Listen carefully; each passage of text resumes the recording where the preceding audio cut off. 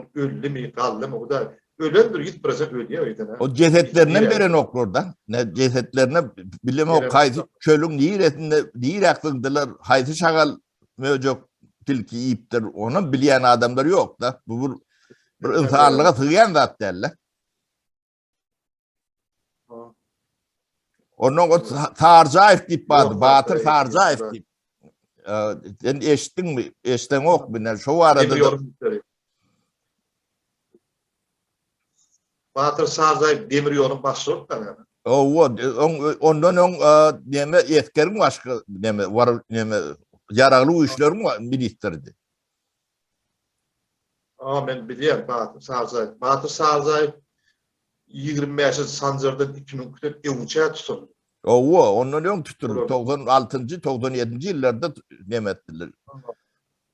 Şu ömretliydi ben kummadır çağırış ornmadır. Ben baramda şu benim pilotum. Deyip bayam yığınadı tutuldu. Başı kamerada otuydu sonra. Onun şöyle Fatime kummadır çağırın ağından eşten adım ornmadır böyle getirirlerine Yaman kan ordular. Şu nadarın doğru tutuldu şunlar. Kat erbet ordular şimdi toğu yatıp davetli kat kan ettiler şimdi. Başı kamerada diyor önüme şu oturun kalıptı. O da bağır şeydi. Bağırdı dönmedim attı. Yani çağır verip oturdum ben. Horrak oğlum çağır kummadıf diyor. Aşkavattı 1-4'te yaşayan bir şu. Uğurluğun kendisi. Ben baramda kummadıf çağır ve tek bay Gandhi iki blok tuttu. Benim şöyle üstüne varım 3 soru oturdu. Neyse o pilot çıkıyor. Olurum şu 7. blokta oturdum. Ondan sonra ne şu biz bir yıl sonra bitirattılar da onu nirayakta 7. blokta kanı şu şeyde başka nirayakta. Şu yer yok böyle ağır yere akıtmayan. Yine bir taktan yani horlan yani harlan yani şu 7. blokta.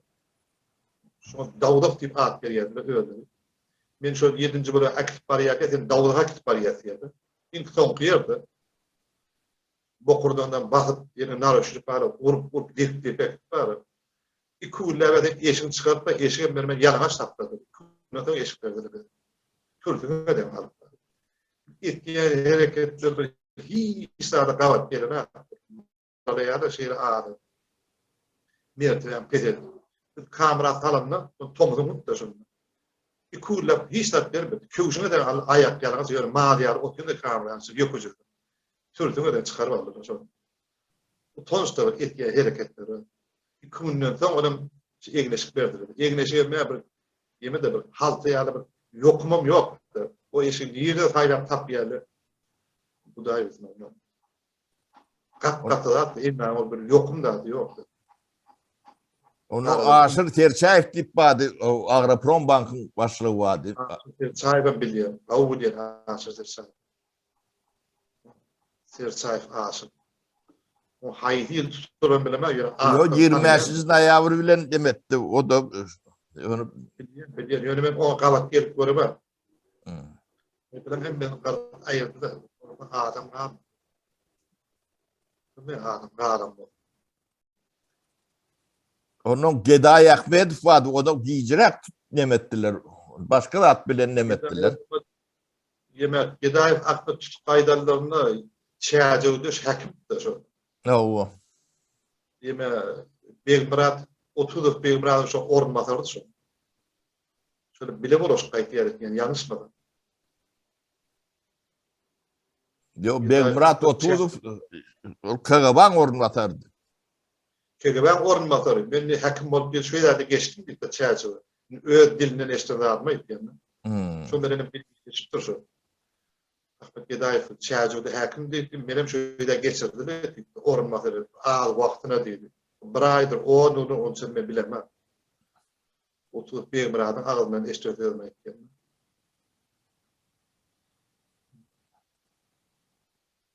Kara Ben bilen atlı avraylı adamlar ne taşında ne medip ürünler o 4-5 tane kırban başlığı şu tayda yankı 7. bloktu oturdu da. Taparteydi.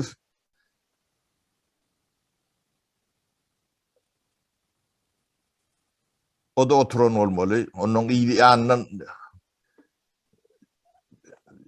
sonku olan başlıklar vardı. Muhammed Nazarov, ona sen bilen, gurrun verdin. Onun o Krasnovası yok. Ne şu nemeleri edip görün adamların bir ödürün var ya da ne Türkmen in olmanına şu da atları fikir edip bilen Türkmen olsa da o ödüm içi PNT'ye çıkıp ayağını uzatıp artıkları bilen kulübü oynayıp gideni yoklar. Hem beceririm şu tayk var ya da. Yani onunla da edip görür de. Ne şu ne erteğine berduğun homedim şu tayk var mı? Ya anarda bir yaşlı var da şu amanağı deyip anarda bile oturdum. Men diye 70 yaşak geliyenle hiçbir minister yoğurdu başı diye işte hadi işte pender çıkıp öyünü ayağı kendi işine ya da beni kavat gelemez diye. Şöyle bardım hükmen bakılmalı diye. Prokuror var, kelme var, hakim var, kime olsam diye. Şöyle toğun nokta presen adım bir türmeye girmek diye. Hadi pender çıkıp öyünü var diye kendi işine ya da artık bir savuk böyle ayağını uzat yatan adam ben kavat gelemez diye. Bir kavat geliyat biliyat yönü olan familyaları Ors. Hramov var. O Viktor Hramov diyorlar. Ne şu adam deme işletiyor. O adam Diyadov'tan işletiyor. Onun Jadan var. Onları hiç tatbolu yok. Dedim aslında badır tanrı bir neştana adım yani köptün alanda son yani. O familyası başka familya, Ors familyası. Ana yurdun eğileri olur. En tek bilmeyenler mi kendine? Olur pendiye de çık ya. O yani çağlar çoğu olur hem beceri taşarı yurttu. O malların mülklerim taşında. Türkmenistan şolur ne diye idare ediyorlardı. Biz şunu tuvud etmedi. O Türkmenin şu tayak düşüşüne 100% onu bir garanti veren yalak da. Evet. Yine tapara. Buyur. Ben yolların yeni bir gelip düşün benim haberleşeyim. Bolya. Arık bir 15 bir 20. Bolya kurban. Çıkmadan yönleme de biz yani şun şey taklalı. Değil mi? Ha şükür dayı. Bir kameranı yani video diyelim yer vardır şu tak bir batik koyversen video. Mana. Evet. Hani bollenni. O gittiğiçe öktölüyen deme. Onun kurban yine de bir demesi vardır. Şu an düşündürüyor nedir yakacağımın.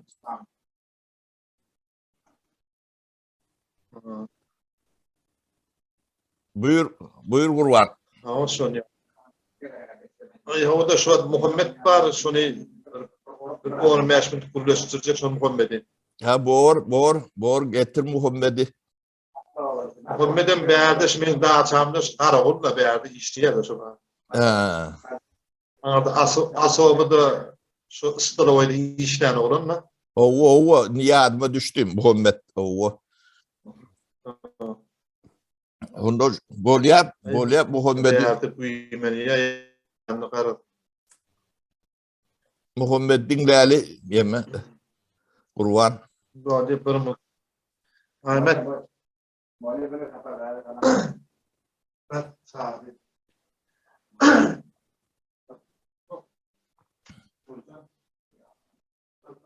Yani aşkı sahibi öyle bir şey sağlıyor.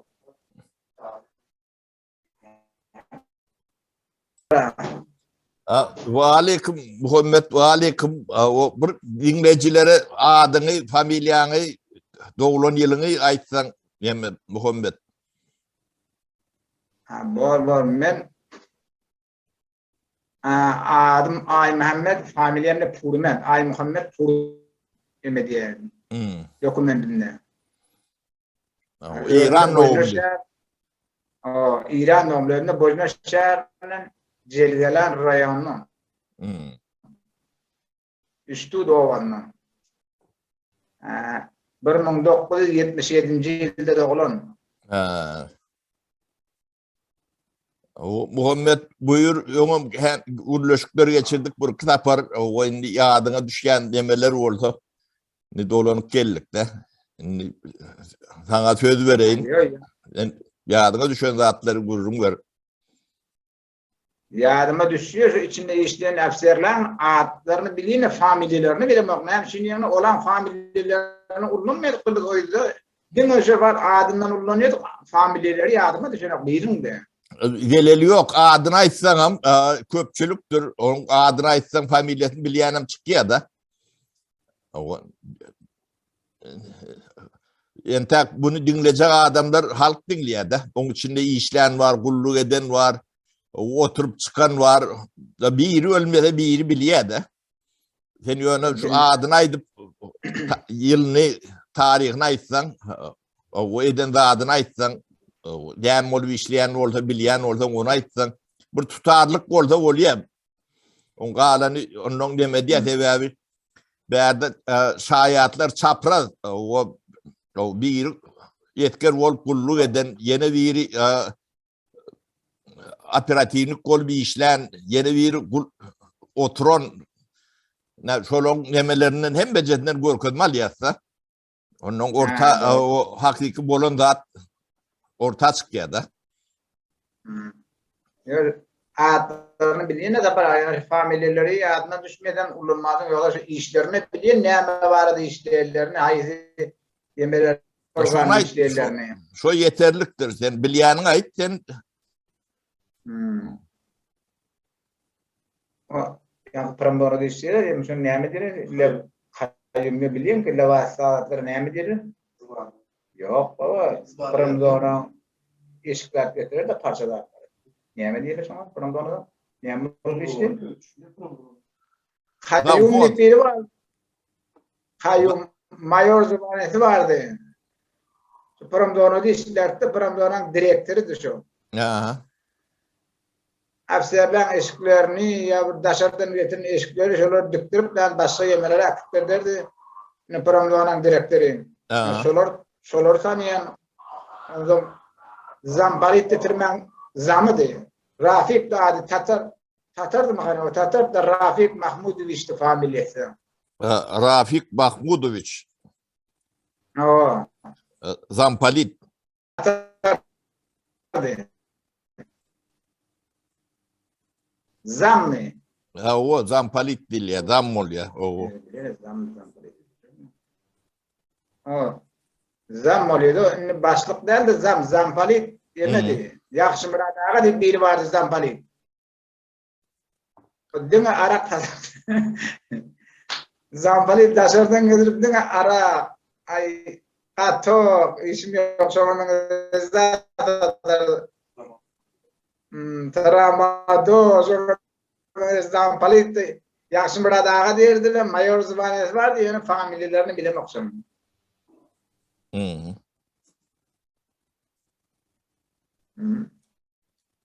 Yine bir işte şeyde Pramdoğan'ın direktörü de o da adi admışmıyor. O da bir Ermeni diyor da. Onu yemeğinin elinin aşağını işleyecek. Kayyum diyelim elinin aşağını işleyecek. O da bir emri vardı. Bir oper vardı. Saparf'tı. Meylis adım. 2 yıldır vardı. Ne mi diyeceğim orası? Leytenant ya patbalkonik. O da tramadolun tutulup da o yo leytenant. O kargalasıdı. Adı Meylis'i familyası Sapar vardı. Saparov'tu. Meylis Saparov'tu bir tane. O da narkotikle zapal oldu. Tırman için yani. Ondan sonra yani ben tanıyarlarından şöyle var. Onun yine biri vardı. Mekan nedir? Istıravayın başlığı dışı Istıravayın göğünümlü rakalıydı. O da zafar oldu. Sahır bilen. Onu da bastılar.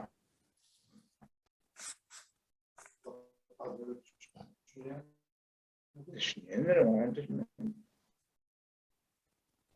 Zapazı düşünüyorum diye. O zapal Zapazı gele düşünüyorum ama düşkeden. zapazı deme buluyorum. Sonra O düşünürler. ova. Ha.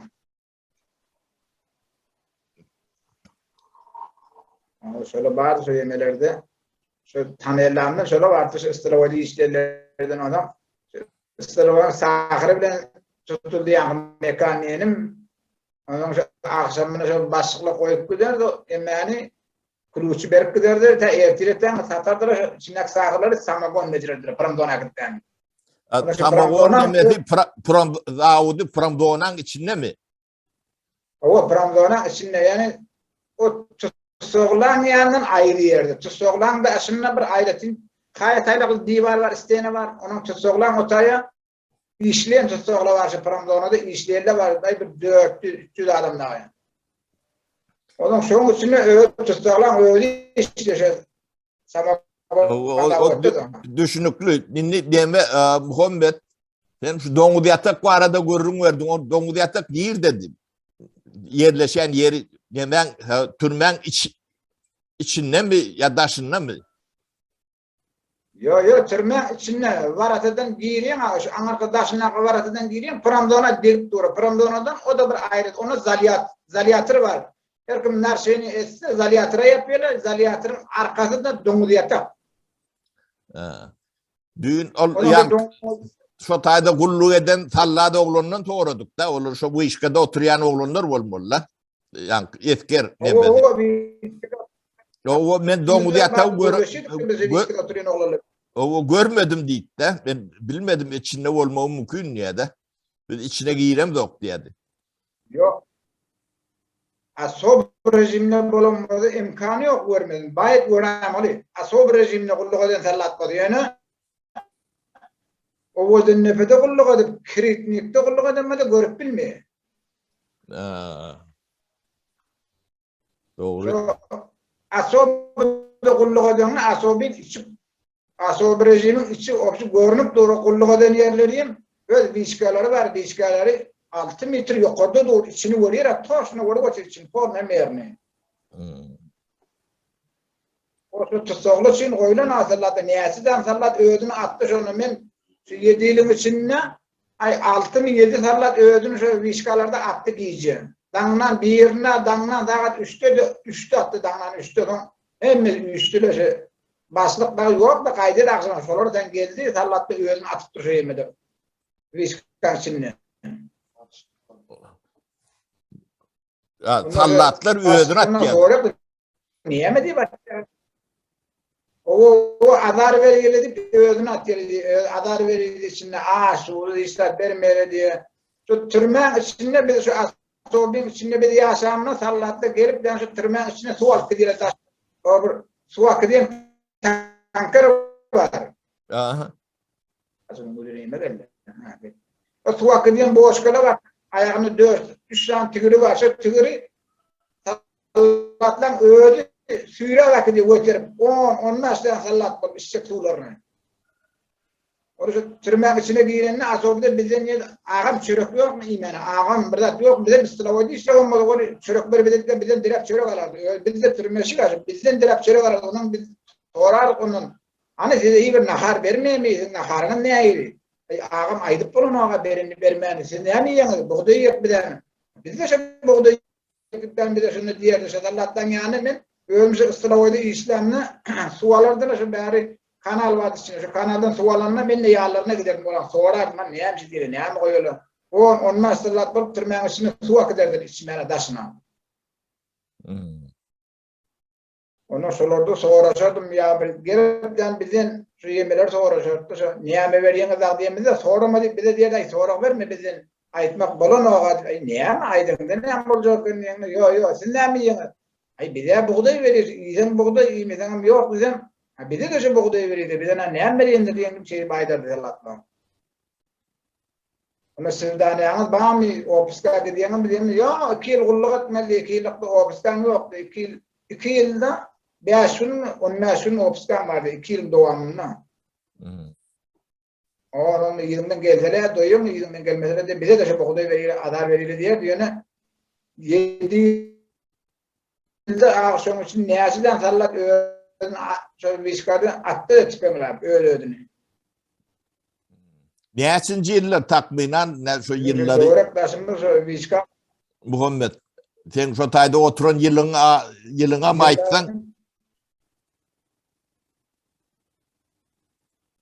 yılını neçinci yıllarda oturdun? 2016. yılda 2 tane attı öğün aylarını bilmiyorum. O adın nefede ben 2012'de oturdum. 2012'da neçe oturdun? 2012'den ta 2017'de atan oturdum. Yok estağfurullah. 2017'de atan oturdum. 2012'de geldik. 2017'de atan oturdum. 2017'den hemen boşak kayıttık. Şoňa men görürmüş sallatla Vişkalarda şundan atınca kıyıqrar durur diýekler qowmi bani biri-birine soňadan biz de şu içinde prokurorlar gelirdi zatda gelirdi onuň men hiç yatmadım şu prokurorlara kofi demläp bererdim çay demläp bererdim naharny getirip bererdim ola da şu içeride şoň içinde bolýan bir dinjaliýen yerleri bardy şu dinjaliýen yerlerine Adak içeride dan atınca yapmadır oturup ben. Onun mesela dan atınca men otururdum şu an yani yerlerinin bir signali var. Signali basıya neyme kofiye gerek. Kofiye kızıp veriyen. Onun yine signali basıya neyme ay nahar gerek, kapmaç gerek, neyme gerek, kızdırıp getir. Son yani yaptı. Dan atınca men olan yanına karavudum. O geliyenlerin prokuror şu yani sülçü prokuror şolary ala adamlar geliyor. O sülçü geliyor, prokuror geliyor, şimdi başka kemben adamlar geliyor, kembeden gelirler, akşamına kalmayıp. Prokurorla akşamına kale oturuyorlar prokurorla. Velayet prokurorda bazı mahtum nerdiler, o da daha soğuduldu. O da keyan gelirdi, beterdi öyle. Keyan içerdi, kalın vakti içip yatık kalardı içine yıkılıptan yertir, onu götürüp bahaneye kıdırdılar, daha dediler, hiç kim ayıtmadılar, daha başkında gelince. Bazar mahkum. O bazar mahkum öldü daha soğuduldu. Mayor zamaniyeti vardı. Öyle prokuror. Prokuror o öldü prokuror. Velayet prokuror olmadı beylik prokurorluğu yanından. Yaşlı adam öldü aynı. 60 yaşına da şeyler hakkı koyuyla yaptır. 50 burada 60 yaşına da bazar mahkumu. Velayet prokuror sonra onu işinden ayırdılar. Şu içe deyip de hani bazar mahkumu ayırdılar. Yerine yeni birini getirip koydular. Men gelimde ne teyade son geleni bir yıl olup geliyordu. Onun adı İşan adı. İşan. Adı İşan onun familyasını. Familyasını bilmedim. Yani adı İşan Aşgabat'tan o. Onun yeni biri vardı, Batır diye bir yeme vardı prokuror. O da Aşgabatlı Batır. O Batır diyeni o kamber yemetmedi, arak içmedi. Yani beylikleri başka prokurorlar hemmedi arak içmedi gelenini. So Batır diyeni İşan eken.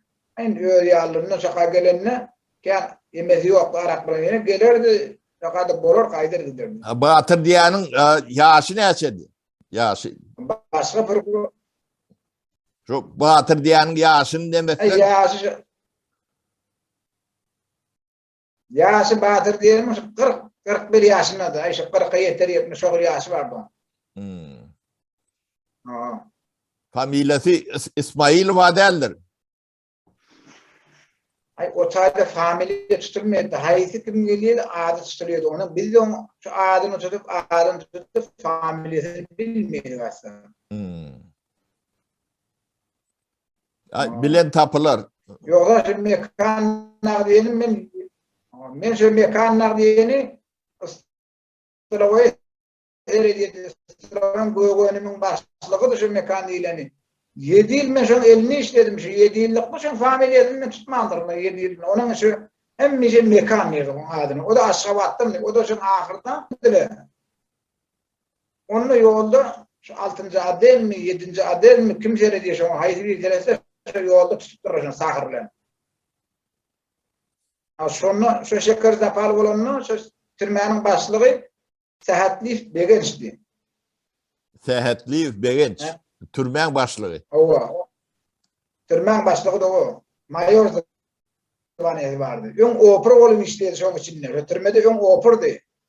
Ay opera bolum 3 yıl 4 yıl opera bolup işledi o. 3 yıl 4 yıl opera bolup işleyen adam. Ondan şu yeni başka bir idaraydı bir işledi bir neyse var. Onun gelip de yine şu mayor zamanı aldı da geldi yine asob rejim başlığı oldu.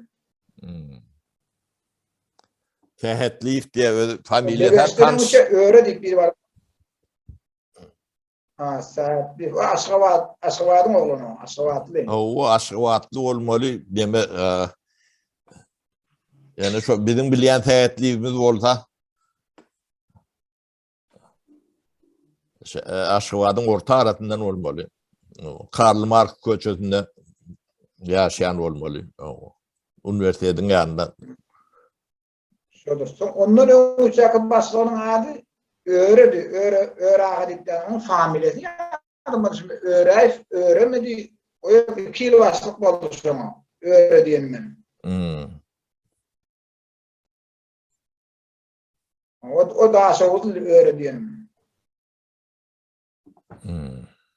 Ondan Ay daha soğullar tüveleme hem becesi şu türmen kovur yerler şular. O şu türme işgalleri prokuror o yani türme sakçısı yine şoma mengdeş.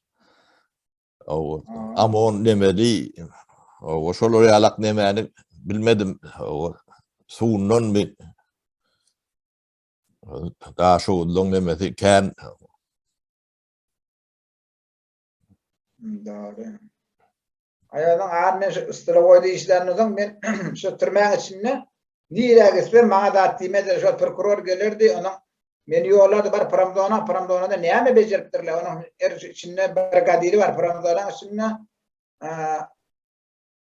ne mi şu familyası o çift devlet ağa deyip bir emme vardı o çift devlet Mehmet şu Pramdona'nın içinde brigadir sok diyor ne ya tutsa uyanı brigadir oluyor işleyedi. Brigadir var bir şey. Onun üstüne hem işgarlar üstüne şu an brigadir koyuyor. Sonra her kimi koyuyor da koyuyor. Sakladığı da saklaya nohur. O çift devlet Mehmet tipten nohur öldü. Koyunu kötüyden ovasın yani Aşgabat'ta oturuyor. Şu onun son yanı yollardır men bar. Devlet ağan yanı bar makalısı getirir. İsmi yok şu niyame getirir. Niyame Pramdona'nın içinde becerleyen moda becerleyen paça, kalos. Onun bir nahari yani bir stol beceriyle içinde ağacı stoları vardı. Onun kuyuda beceriydi bir kuyuzagar vardı içinden o kuyulardan alıp gelirdim yani. Her prokurorun ne zakaz verdi zakazına uğraş içinde becerip inniki gelince tayin edip koyardı şunu. 6. addelden biri vardı. Adı şu an şun yardım etmiyor. Devlet ağanın armiyesi meşgulluktaşı. 6. addelden ayağı da doğuptu. Şu gelirdi şu devlet ağanın armiyesi şu gelen vakti devlet ağanı Pramdon'a da çok oldu. Yani şu saklardı. Devlet ağanı ayıracak kozalı ayırtmadı şunu. 6. addelden hotsarı var. Krişe değil ya da. O krişe puhtadan beter. Ayrıca ama da ayrıtmaz şunu koyardı yani şu dursun şu kovu işliyor şu kovu yemedi onun şu zonanın çörek götüren maşini vardı çörek götüren maşinin şoförünün adı Recep Ağa'dı onun o çörek götürürdü göğünün götürürdü ne mi getirdi şunun içinde gelir dar ne mi gelir şunun başlığın biliyor şundan narkotik geliyenliğini zaman biliyor zampaliden biliyor hem üçüstü biliyor üçüsünü de bağış veriyor. Resmi verip de pul veriyor yani ona devmedi yani. Her gazette türüme neyme gerek bulursa getirirdi şu. Ölleri yani belirdi şu maşinine geliyor zaten. Şu maşinine tramodorum geliyor. Belki neşem geliyor. Ya bir üyüt döşürek Emerak arak gerek bolsa daşından getirip gele bir şişeyi arakları bolunbaz bilen şu maşinine getirirdi. Şu maşinine ağır bastığın pedalını bilen biledi hemmeleri bilirdiler. Şunu neyme bolup neyme galiyen ondan getirirdiler ıstıravaya. Istıravaya men olar tabil alardım. Ondan bana dediler Eyran. Şu goygoynumda men özüm şakada eskalatlı işlerdim ne. Bana dediler şunun içinde plandat var. Şu zatları yanındaki yoldaşlar bilmedim. Ödüm düşürsün bir ödüm düşür. Ahırda da şu kizan içine de şu kizanı getirden falan yerde koy, falan eskaladın içinde koy. Akşam gelen vakitleri bir gün falan deyip at tutardılar. Şu tustoğları öğlerine getiriyorlar. Doğrudan içinden yolları anladım. Bırak arayanlar dolardım. Ondan sonra işlerim hem ben bilirdim. Neyme bolup, neyme gali ondan sonra yemede. Ben öğüm düşürürdüm. Maşini şu beri vururdum maşini. Şöyle kanan önüne. Şakadı öğüm düşürürdüm. Ahırağımda bir kizan içine belli de diyen zatları. Onu getirdim ıskaladık içine koyardım. Öyle kaydık giden vakti akşam yankı tustoğla gezip tustoğlara verirdim onu. Akıdık yani. Şunun için bana da attığımda ben şu tırmağın içine niye gitsem gidiverim. Ben şu tırmağın içine Pramdoğan'a gideyim. Sanchas'a gideyim. Ondan yankı o dongu yatağa gideyim. Zalyatır vardı dongu yatağın yanına. Dongu yatağa yankı Rafik diyelim şu dongu yataktan gelmez o. Tatar. Mahmudoviç. O öyle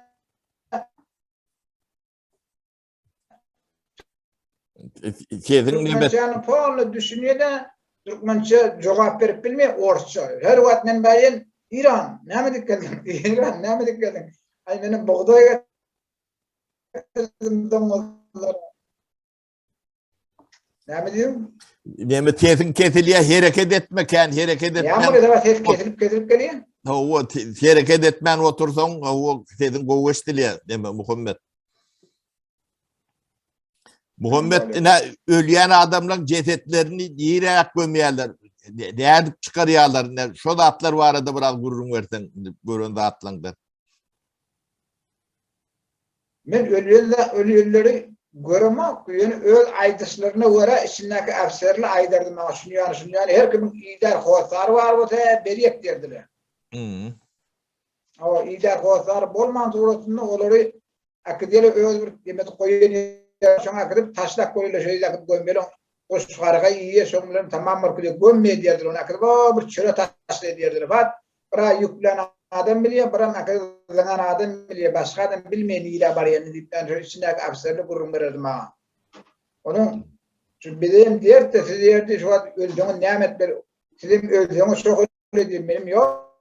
Bizim İran'ın pasaportu var. İyi Aliya eyle böyle kurum verimde yok diyor şu an oğallı da ölüyor diye oğalları da akıdım şu yanına bir yere oklak koyuyor diye ya gömmeye koyuyor iyi demelerini. Madarlığa akıdım gömmeye diye diyor. Kanada bölüyor mu? Kanada ölüyordu. Yani yılın devamını 50 adam da ölüyordu Sanchas'ı. Ben şu Sanchas'ın yanına ıslavoyun nimeti bilen isteyenedi bir Sanchas'ın. Şu Sanchas'ı ölüyor. Ondan sonra ölüleri akıt yadıp taşa çıkarıp koyuyor. Hiç seyrediyen adam yok. Ölüyor mu, ölmüyor mu, kalıyor mu, Sanchas'ı yatır, ölüp kalıyor, ertir bir yere ölüp kaldırdı. Kamise gelip ona ailen mi, ona seyret mi, ne yapmalıp öldüğüm diye mi kamise, ıstılavaya geliyor, deyince aliyen otokları var. Deyince aliyen otoklarını içiye, ahırdan bir otobüs geliyor, yüklep alıp çıkıyor diye boğulduna. Ne yapmalıp öldüm o, içinde balnoy katıken, şu biz asob rejimde bulanmazda balnoyları, bizim şu 1200, 1800, şunu yanı bulup bir aşırı taşıtırmaya aşırı köpelip ağdalıp, son içinde 600-700 adım tubekti. Ölüyorlarsa tubekten ölüyordu. Tombasın onu kızgın oldu. Ya sıktı hemmeti ölürdü. Ya sıkanına soğuk bulunmaya bildirtmez olur. Ya sıkıp hava kızı vurganından onu yani ölü vurgar diyekleri. Birinci vakitli böyleydi. Hepten içinde 4 adıma ölürdü. Buradan bir giyeceğin içinde 3 adıma ölürdü. Mesela 2012'den ta 2017'de tane şunu bozdum. Aşı bolulanma son öğrenci kaldım. ölüler. Mesela Sanchez'da yaşamda ölülen bizim yanımızda giyece saat 1'da 2'de yüklep alıp gider otobüs gelerdir. Kamise geliyor yüklep alıp gidiyor. Kamise geliyor yüklep alıp gidiyor. Otobüse yüklerini da dedim alıp şu taşlak koyuyor otobüsün içine hiç blankar yok, zaten yok. Şu adiyala dolamalı adiyala dolanan tuttuğu öğüt yüklep veriyor alıp gidiyorlar.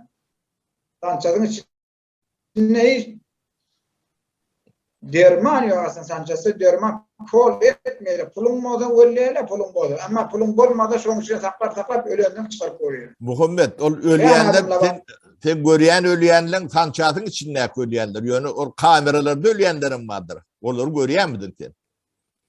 Kamerada ölürler yemşe kaybedir büyüklerine şimdi yanımda yüklüyorlar Sanchez'ın yanına otobüs ondan anır girip bilmiyor. Sılavon yanında duruyor anırlar kovula girip bilmiyor otobüs. Kamerada ölürlerim ölmenke alıp geliyor Sanchez var şimdi şu ay kamerada şu asob rejimin kamerasında bir hepti yani asob rejiminin kamera var şu sistemde. Şunun şu kameranın içine ölmeni bir hepti kalanı ölür biliyor ne yapmalı geleceğini kalacağını biliyor ki yağdan düşüyor onu Sanchez'e getiriyorlar. Sanchez diyor köprüde Sanchez diyor. Yani o yankı kamerada ay ölür kabatta çıkarıp Sanchez'e getiriyor. Sanchez'den bir hepte yaşıyor ya onunla şunu yaşıyor ölüyor ya. O 7. blokta ölüyenler neyle ölmedi diyorlar. Onun havarın var mı? 7. bloktaki hiç yere çıkarmayalım o 7. bloktaki ağaçlığından ısından aşıyor ölüyor onu. Onu yani hemen Pravrika çıkarmayla hiç tat yok onu ağzından öldürüyorum olur saklap biz fakat biri var kıyırır diye son sesini istedik bir de ikinci taşladık o yerin dibine de adını bilmiyorduk onun sesini istedik fakat kıyırıyordu Türkmenistan Sünyan kanunu var mı? Sünyan kanunu var mı Türkmenistan'la haramzadılar hemmeyeniz nasıl çılım İşte bilen o Hudaý taranğı, Hudaý bilmeýäňiz şeýdip ýani kıyırıp sesilerdi danna. Edil danna zagat namaza turmady biz namaza kılmada şu pakir şonu ýani kıyırırdı ahyrda sesiyem batty zaten etdi bir açdy bir ýyl goýda şonu ýani biz şoň sesini eşitdik şoň göremizde mak sesini eşitdik şoň bir de diýerdiler ay şu 7. blokdaki yatallar, şu Niyazı'na turur ederler, şöyle şimdi ölmen kalaları var, şurada şimdi yani asfır veriyor, şehitten kurum verirdiler. Asob rejime gelemine ben afserlerden soraşırdım. Şu 7. blokta kimle yaşaydı, kimle boluyordu, kimleri koyuyordular sonra. Ay ona siyasi şöyle biz arada sorap görme, ey niye mi sorma şöyle, niye mi çektin sorap şöyle, ay niye mi sorma, kim şöyle oraya bir yani narkotik bile niyetanmaya başka, yok ola siyasi, önkü prezidente, önkü yaşına karşı çıkarlar sola, onları hemen öldürüyorlar, şokol edip yani onları boşanmak yok, onları fakat öldürse tamam böyle şeyleri ölüyor, ondan bir halta sarıyorlar, bıra yüklen biliyor diyordu, bıramdan akıdıp taşlardan gelen biliyor, niye akıdıyorlar, niye dökülmüyor, onları bilmeliler, işte şokol kurum verirdiler. Üstüne oydu ki, arak serdiler, arak serdiler, benimle yağlarını falan, araklarını getirip verirdim, rahatlarını getirip verirdim, nakarlarını pişiriyorduk biz olan. 3 adam olup pişirip üstüne oydu. Men, Mardan Kurbanov bayram deyip bir vardı, o poğurdu. Kulhanov Çange deyip bir vardı, o da Mardan'ı o üstüne oyun ödeyemedi, bargadiydi dışarıdan. Men şu ıskalatı istedim, ıskalatın kuruluşları da hatta men elimleri, şöyle men ıskalatı ederim. Sonuna, ola içip o peyam oluyor, peyam olan sorardım, ne hile boluyor, ne şey diyelim. O şu peyam olan vaktları kurum verirdi. Başka vakit öldürsem aytmıyorum. 7. blokta olan vakalar şokulu baydardım. Takminan ne adam vardı bilip oluyor mu? Hiçbir rahmiyle yok o tarzda şu. Bir de aytmaz da biz de bilmezdik. Yönü aşağıda 10-11 kamera var. 10-11 kameranın içinde her kamerada bir adam yaşıyor derdiler. Her kamerada bir adam yaşıyor derdiler. Bizim bulan blogumuzda biz 4. blokta bularız. Bizim hiç yere çıkarmayalım. Bizim çok otomun şimdi kameranın. 8. blokta bularız. 8. blokta bulanımızda biz de bir kamerada bizi de hiç yere çıkarmayalım. Son içinde 3 yıl bize hiç yere çıkman yattık yöne. Bak dağına turulmadı da ses gelirdi kıyırıptan şu sesleri eştirdik. Söğürdü, harandadılar. Sünyan kanunman Türkmenistan'a hemmeğiniz eyle, söğüpten kıyırır şu. Ala kim şu? Neyme bilmedik bile neyme çıkmıyor. Şu bak, hapsirli aydadır şu siyasi o da şu prezidente karşı çıkarlar, solo değil ben aydadır. Doğru.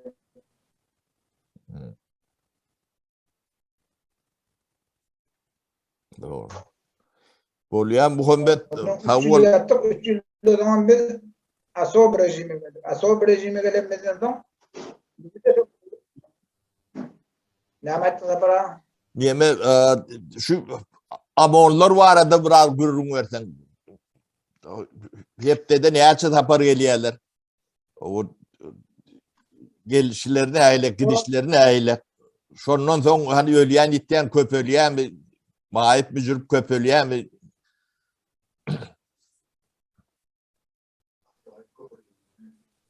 Yo amalı gelen vakti doğuna geliyor, türmen içine geliyor. Türmen içinde kim karşısından çıktı vuruyor. Dövüze mi işi ola, ölsene mi işi yok. Neymesin işi ola. Bak geliyor anırdan bizim özüne maskekli kara şapkaları var. Şöyle giriyor, içine vuruyor, içine neyme dağıttı boza. Şumona deyip alıp çıkıyorlar. Bir kanimadraklar boza alıyorlar. Kanimadraklardan bolmayan derdine değmedim, onu oğutlaptan şakayla bir hınk koyuyor oğutlaptan. Kanimadraklarım alıyorlar, bari geçiriyor, doğunan içinden bari Istılavayda biri var, Kulhanov Cangir'dikten. Şonu berip gidiyorlar, inniki gedek gelinçeyle satıp pul edip koyuyor yani.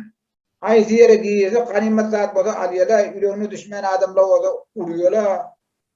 Dövülüyor mi, ölüyor mi?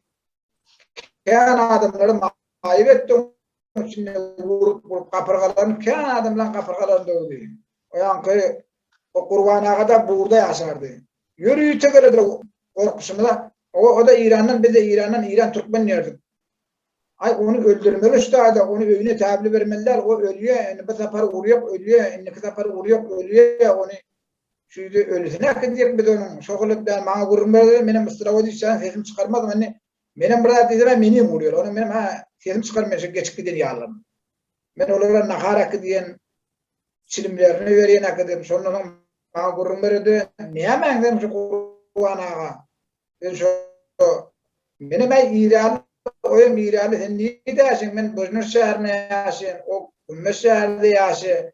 Taşını bildiğini tanıyordun mu? Yok tanımıyor. Taşını bildiğini yok. Yani şu ay geledim tanışma oldum. Bir şey dedim korkusuma. Burada diyeceksin ama seni vuruyor tutuktan fark etmiyor olarak. Ay onu bir böyle vuruyor İran'a ölüsünü beriyek de bilmeyi. İnne kadar vuruyor ölüsünü beriyek de İran'a dikten şokul vururdular. Her gece vuranı zaman barardım ama kapırgasında koyurdular, elinde koyurdular, kellerini çiğişirip koyurdular, yüzünden çiğişirip o İran ettiler, yüzü de tanar yanına yüzü de 2 yüzünden çiğişirip koydular vurup. Her kıyılım moza vuranından gidenlerden izinden barardı benim neyam oldu, neyama koydular. Açan bardan yıkılıp batıyor. Açan bardan şu amon geze, izinden yanına bardan amollar vardı şakada kontrolör 10 manat veriyen, 10 manat verip geçişini görmeyen. Yoksa geçirmeyelim 10 manat vermeden. Her geçimine 10 manat veriyen. Neyine? Bar kaçacak işin başka. Onunla bar çalt kayda gidin, çalt öğürlüyor. Bariyen 10 manat veriyen, ay bir hatta denmeli. Bir hatta bariyen yanına Kurvanağanlar her gedeklerine vururdular. Her gedeklerine vururdular. Biz seni öldürmeli. İran'a gitmek olmaydı ama. Sen şu tane ölüyorsun. Ölüyorlar. Şokuletten her gedekte. Onun beyleki içinde şu başlan öl yemesi olmalı. Bırakada şu içinde bir narsini yedin adamla vardı. Hatta olur da sunuyor. Uru akıttan yapıp koyuyor bunu. Bu yüzden bir kamera sistemi var. Sonra yapıyorlar. İndiki gedeklerini tek çıkman diyor. Birintek vaqtda bari heptaning içinde 2 qayta, 3 qayta geliyorlar. Birintek vaqt bari heptada 1 qayta geliyorlar. Ola düşüp bolmay Hasan gelip öldürü geliyor. Elden atmanqa geliyor. Erti saat azan aydırıyor. Yer yaxtıranla ola şaqada. Aynı tutuklu yerine turup durmanqa geliyor. İçine giriyor. Güneşke, telefon, adyal her kim öyünden öterenler rengilat bolmaymışsın. Sivitnoylat bolmaymışsın. Bunun içinde Tırman öz zatı olmalı, onlar aliyana, o zat bolsa ya, aliyana berde yine yüzüne veriye satıyor onu. O adam olmada yarsın otları onu otlak kovatıp deyip yani şöyle olan başına oyun tutuyor aldı ele. Men biliyorum şolan sattırıyorlarını, koyuyorlarını, niyde akıl koyuyorlarını istiravoyda. O zatları otlaman niyde dede zatları otlardı. Ondan getirip ona innikige de gelince çilim alıp koymalı.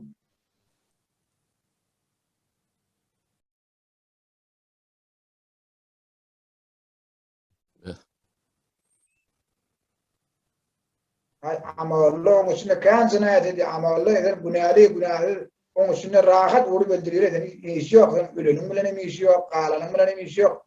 Vurup taşlak gidiyor. Yüzünden sançasak gidiyor. Kol edem oluyor. İki tane anargin aspirin verem oluyor. Başlık geliyor. Ne ama aradığınız var? Ne ama emeğiniz var? Kemçiliğiniz var? Gül yani. Hiç yemek olur mu onun içinde? Kamise geliyor, içine giriyor da ona aynı oğluyla inşallah ay neyme febralda, neyme mayda oğluk bular inşallah. Neyme kemçiliğine var, neyme kovmi adar vereyim mam, ediyet vereyim mam, yok. Gül yani emmeden. Hiç kim deyip bilmedi. Diyeceğim, onun üstünde sen şah, sen kazıyor, ay neyme, izinden sen yine ölür ama ona deyip yine vurduruyor, innike gelenine. Onun üstünde aşamana pakoy vermeli ama. Bir adam ayda çok öyledik. Onu derhal innike amonlarını sonu vurdurup eline ayağını dövdürüyor, ona beylekine korkup giymez yani. İçinde tırman boruyan vakaları, boruyan yemeleri ayıtmaz yani sonu öldü başlığın yani biliyor sonu ayıtıkım aydandan sonu başlığın öldü diye koyuyor şöyle oğlan. Şu gelirlen biri başlığın mı da bolaymalar bilip olmayan ne yemedim. Kelletine geyikli şu yankı karamaz. Şu yemeğin geyiği de geliyor. Şu yemeğim eyyamen biliyor. Şu yankı satın oğlunu eyyamen biliyor öyle. Öyle de şunu vuruyor. Hep dedi ne açıda para eleyenler bulur? Hep de gelmeyen vakti yok. Hep de bir sefere hükmem geliyor. Yani iki gedek geliyen vaktim oluyor, üç gedek geliyen vaktim oluyor. Gelmeyen vakti yok. Hep de geliyor. Ay gelmeyen günü yok. Oğlunu ede biliyerek geliyen var engeli dağıtlarını elinden alıyor. Öyle anladın geçirip oturuyor Sırdaniya'da. Yeni Sırdaniya'da elinden alıp oturuyorlar. Beyarı geçirip öyle geçiren dağıtlarını yine zapal edip alıyorlar öğeleri. Bolonu bitirmeyen içinde badat deyip. Anladın taşırdan getirenim öğeleri yine. Muhammed, yine burada Toray'ın senden sen şulara da nakar veren sine. O amonlara nakarı şu taydı yiyeler mi? O abedi şakalı içi keyfini dağı deyip bunun matına çıkıp kaydıyorlar. O şu içindeki oturanlar yerli Türkmen olanlar mı hem becet? Ya içinde Orta Kırs başka milletlerden var mı? Ortam var yönü kopyası Türkmen. Ya orta adamların var. Ortam var içinde yönü. Orta adamların var yönü Türkmen emmesi Türkmen şalan. Ay ortanın şu var amon 20 tane amon göze içinde ay 2 tane ya 3 tane ort olmalı. Başka ort yok. Ben ort görmek için içinde bir öl bilyen yemelerden 3 tane ort da şunun olayım. Gruppa gelirdi. Birinci gelen vaxtlar o ort yoktu. İkinci gelen vaxt o ort vardı. Şu ortada köprüğüm şafıyor şu ortada.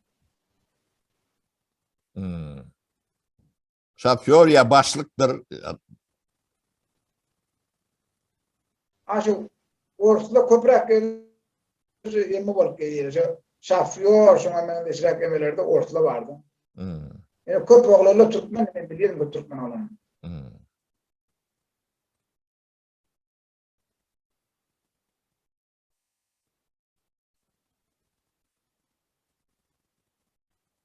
Muhammed sağ ol yani beren gurrunluğun için köp sağ ol. Sizin hep çörüğünüzü bitineken diyerge alıpsınız bu doğuluktan. O hala bizi çimden seyretti. Bir de yani şu bir de son yanık yani men ödüme sılavacı işte anım men hem tanıyadı İranlıktan adımı bilmediler men adımın ne yaptığını. Hem de geliyor İran, hem de geliyor İran hep atıştırdır ondan Ama onun adam benim işi söyleyen nahardat bereneden ola hem benim tanıyor. Benim işleri yok. Sırada işlerle olara değmez. Zonada akılları elbet vurdu beter. Zonada yaşarları, burada yaşarları. Ondan yalandan şu birinde oğlanlar var. Sançası ödün kesiye, ödünün kesin oğlanlar var. Solarda urup zalyatırda akıllarda şu kesin yerini depelap dur sepeli. Bana de Beygirdir ama İran dur getirdi yani. Sözler yatırdı, ödünü kesip, narşın yeripiden oğlular var, solarda vurup, yankı yarasından.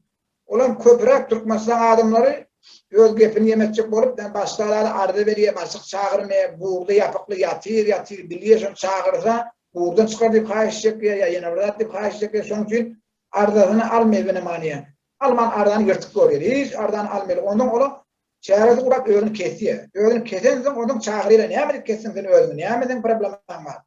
Ondan aydiyim beni o dünyanın burada yatıp bilmeyen taqatım yok burada. Ölüp varayım, demim tutuluyor, kızgın, kovasınca yaşap bilmeyen. Onu ne yapayım yaşap bilmeyenip onu zalyatıra yapıyorlar.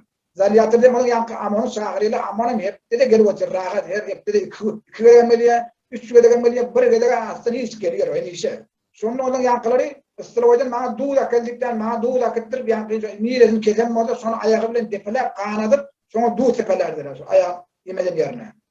Üç tane amon moliye basalap duruyor. Hiç eli bilenim saklamıyor. Boynundan masaya, ayağından masaya niyetin kesen moda kelin yerine doğu koyuyor.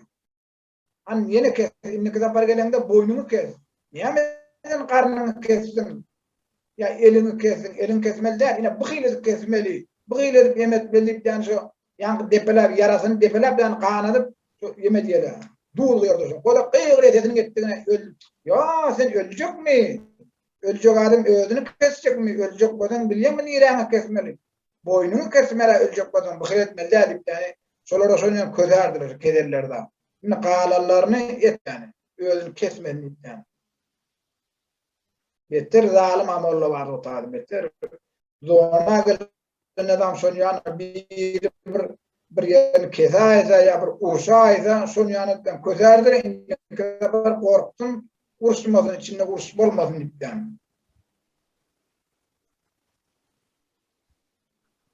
Bolya Muhammed olan köpsünü biliyorum hem Muhammed buğurlukça ştayda koy demede el cemle el yememedi. Bolya. O sonunun yadına düştü. Havar ver yine de yankı ne kurban ağa tapya. Bolya. Bu şayatlı etmeli bu iş katı ulu ayrılan iş o hakikaten doğduk şu doğduğun şayatları siz o ödünde kovu seyredin o bu da atları vur su yüzünde çıkaralım o gayret edin o yankı Allah Teala da şun için değil yaşar yalar edenler şu da atlara şayat bulmanı düşün. Onun içinde Türkmenistan adamı hiçbir geplep bilmeyiz. Öldürdüğüm kov diyor, bul yani öldürdüğüm. İrançılığım, onun için akbaran İrançılığım diyeceğim. Yani sen Kazyol, Şah, yaşamak bolonu, Mehmet bolonu, bizi de koyunu aytmanı. Aytsan mı onun içinde yaşatmayalım, onun içinde aytsan. O şeyledir, onun kanunları şöyle realak işliye. Yani şunun alak düdüğünler vardır. Bu yani türme düdüğünü o Stalin'in uğrundan gelen deme düdüğün bu Türkmen'in tapan demesem değil o Türkmen'in ne din ne iman o ne medeniyet ne terbiye hiç tat kalmadı da o demeğim Sovet demesine bin gervet sadi o Türkmenistan'a kalan deme var şey bu halk o altımızda deliminasyon başlığı da İsa Musa dikten İsa Musa'yı iki doğan ikisi ekstaydı söyledi.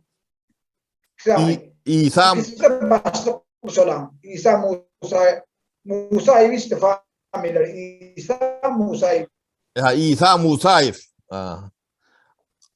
Birinin adı İsa, birinin adı Musa. Şu familyaları birdi şolan. İkisi doğum. Birinin adı İsa, Bunu beylesin başlıkta öyle. Musa. 6. addeylin nemeleri O işlerler. O şu başlıkları da şolan, uluları da şu kamise varıp gelenine ona gelip sorardı. Neme kemi var, neme? Hemmesi kovduyor, gül yağını diyesin. Ölüp bastım deyip bilmeyle şuna. Gül yağını diyesin. Onun adlarını biler. O İsa bilen Musa olsa, o 6. addeylin başlıkları olsa. O ikisi de şu diyor, kamise varıp gelen vaktları. Neme ardı şikayetiniz var, neme kemçiliğiniz var, biz ona gelip girenine. Hemmeden ağaç, hemmeden meriz, bal. No, ölüp batıyla yani gül yağını diye hemmeden. Ağzından kanır belki tuğbi gelip soğanına gül yağını ne hiç. Ölüp batıyla değil mi şunu da kork. O ne Türkmenistan'ın içinde de şu düzgün vatanımız gül yağlak, asmanımız duruyor. Bir bağıtlı deyip o çapak çarpıyorlar. Televizyonda da korkuyandirler. Ay içinin yanında sarıya olan öyle içi arayana hisse deyip bilmem korkusunu şu yankı emmedat gül yağını diye korkusunu. Daşında da şunun alak. Daşında da şu yankı o dönnepe türmeler bilen korkuyalar adamları. Onun daşını akılır dağdırlap durun halk kollu da. Şu atını o elinizden çıkarıp beni size adatlığa çıkarırlıysa da korkuyorlar şu atında. Şu at halkın dilini, yüreğini aşağı korkuyorsa. Hayır Türkmenistan adam ya. Türkmenistan adam ya çıkıyor diye öğrendim o canı çıkıyor Türkmenistan adam ya çıkıyor yani. Başka yerlerde gelipten çıkamadı öyle ya bir Türkiye ya İran'a gelipten çıkamadı. Olur günahı 25 yıl verip de yapıp koyar bir de takmadı Vehhabi değil, takmadı Vehhabi yapıyor. Olur. Ya Şaşoğlu'nda da var alıp geliyor neyme Vehhabi. Olurum şey Allah gelip defelap. Onlara da yankı seyredilişi katı ervettir. Olara da seyredilişi katı ervet. Olara da şeyle bir kıyıgırıyla uğrun vaktları, amon gelen vaktları tesine işledik kıyıgırıktan. Bizim yine kameramızın ola anlıyor de biz de bari seslerine işledik. Ola eğimin kıyıgırıktan sesleri gelirdi. Asobrojine gelende o yankışı amollu krita barıp o denepe ikisi birden aso krita gelende de anne şu naharını beğendin bir şeyle asob rejimden. Şu gelirdir onun ayağına koğuşlarda kanın öyle şunu yani birini öyle gülüş ay doğanın sıkayım onu ne yaptık o birini depelap o birini ne yaptık bakıl depelap ayaklarına kanın öyle şu asoba gelip şunu ispirtle yuvardılar ispirtle yuvardılar ayrılın doğanın sıkayım kallarda eğdip vurduk ben birbirine gururlarıyla ben şu istirahat işlerden şu krende yok akade krende suda yuvark bize krende su akmerini tanker var boşkan yani orada şu boşkan kaldırıp koyardım ben gelinçede kızgın su olsun gelenine eline yaklan yuvaryan itten sabun palatinsa şu da atların yanına koyardım her kayısına bir palatinsa bir sabun koymak gelenine elini ayaklarını yuvaryan şakada başlan bir kaz da şu gelen vakti şuhul bozun olmadı sizi de urur ederdik ona her kayda bir palatinse bir zaman. Şu krendin yanına koyunca boşkan yanına gelip ölür yup. Ona şu gurumları öldüremen gurumlarını eşittirmiş yanlarını. Ay eğdip vurduk. Şu krizede zapaliden de atlarını asoba getirip satyara şunu. Krizede tutup gelen telefonları var oğlunca. Kanimadak adiyarlar var. Şoları da getirip o da satyara getirip derdi.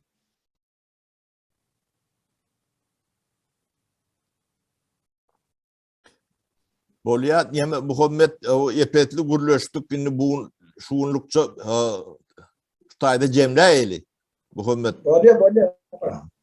O Gurvan ağa da bağ olsa Gurvan ağa bir nemet bir hoşlaşalı. Bolya Ya da aytacak diyeceği ol bağdır. Böyle O mu yaşmı? Tamam. Gowu Kurban ne Muhammed inimiz o kendat gurrun verdi. Bega her zapar gurrun verende bir kiji yatamok da değil mi? O Hudaý taklasın. Bir ımsallygyň nemesinde de bular ýalak adam bolýan eken. Doğru.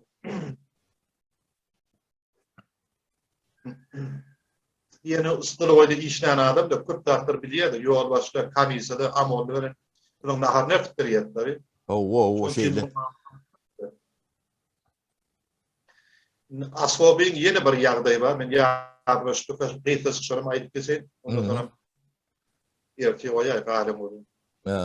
Şuna Türkmenistan'da bir cinayet, liboy cinayet oldu. 25 yıl sürok veriyor. 5 yıl krite, ovadan nefede. Yaptırmadı, yatmadı. Galanı 20 yıl anlarda gadiye. Asfob rejimi baranda şu 20'nin 3'ten bir yerine yine burada oturmadı. O da yapık sisteme de 3'ten bir yerine. 20'nin galanına 6 yıldan kavrak 7 yıl oraya şöyle oturmadı. Ona şu buradan çık bolsam aşkla aylanıyor. Ya ardı ya ne var ya her yılına $200, $200 verden buradan çıkıp gidiyor sonra. Ona verdim. Vermeden de şu oturmadı. 6 yıldan kavrak oturmadı. Hem bir yerde pulla. Buğru gurrun ver buğrun nämedigini bir gödöňde adamlar ýanky düşer ýalak nebetsin. Buğur näýle kameralar näýle? Kameralar şu kritiýaly ýapyk sistemi de. So kritiýaly awdun we kritiýaly ýapyp durmaýar. Ýöne ýeke ödüň oturýar.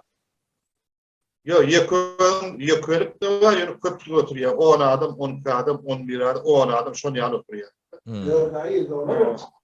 Ondan sonra 6 yıldan avrağın kamerası 3'ten bir yer de, kalan sonra 20 yıldan 3'ten bir yerini, şu burada oturmadı. Ondan sonra daşara çıkar yerler. Asobin uğrunda. Ondan sonra yılına $100, $200 bahatı var. Başta o sonra töleyen, zona tarafına Arap'ta var çıkarıyor. Benim için çıkaran sonra. Bahat şu.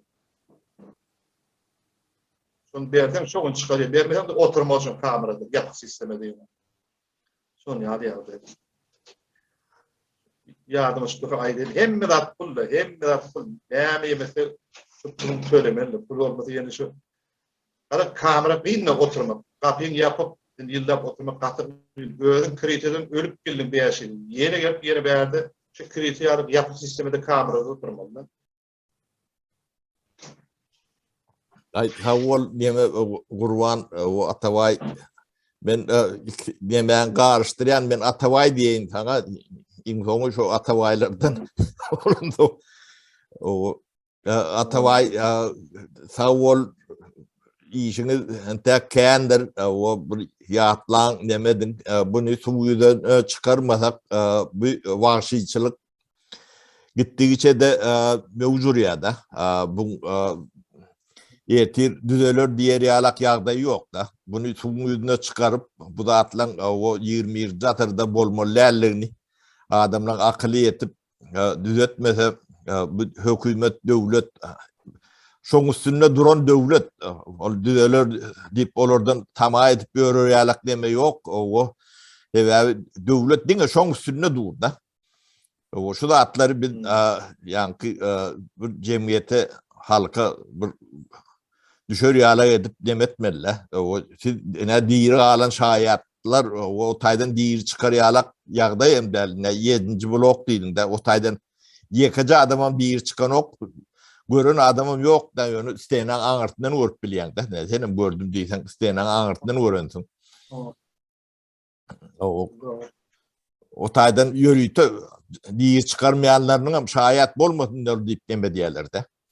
O teňe İranly bolanyň bir näme şantyň şoň üçin diýir alan bolmasa yerli türkmen bolan boldy.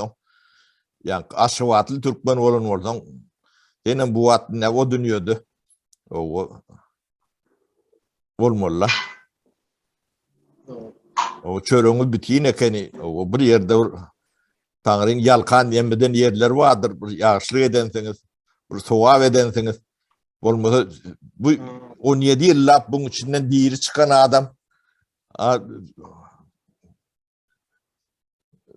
Atı seyrek oluyor tabii. Şu gelen İran'ın içine benden köp yatanı yok. İlk köp yatanı benden. Oo.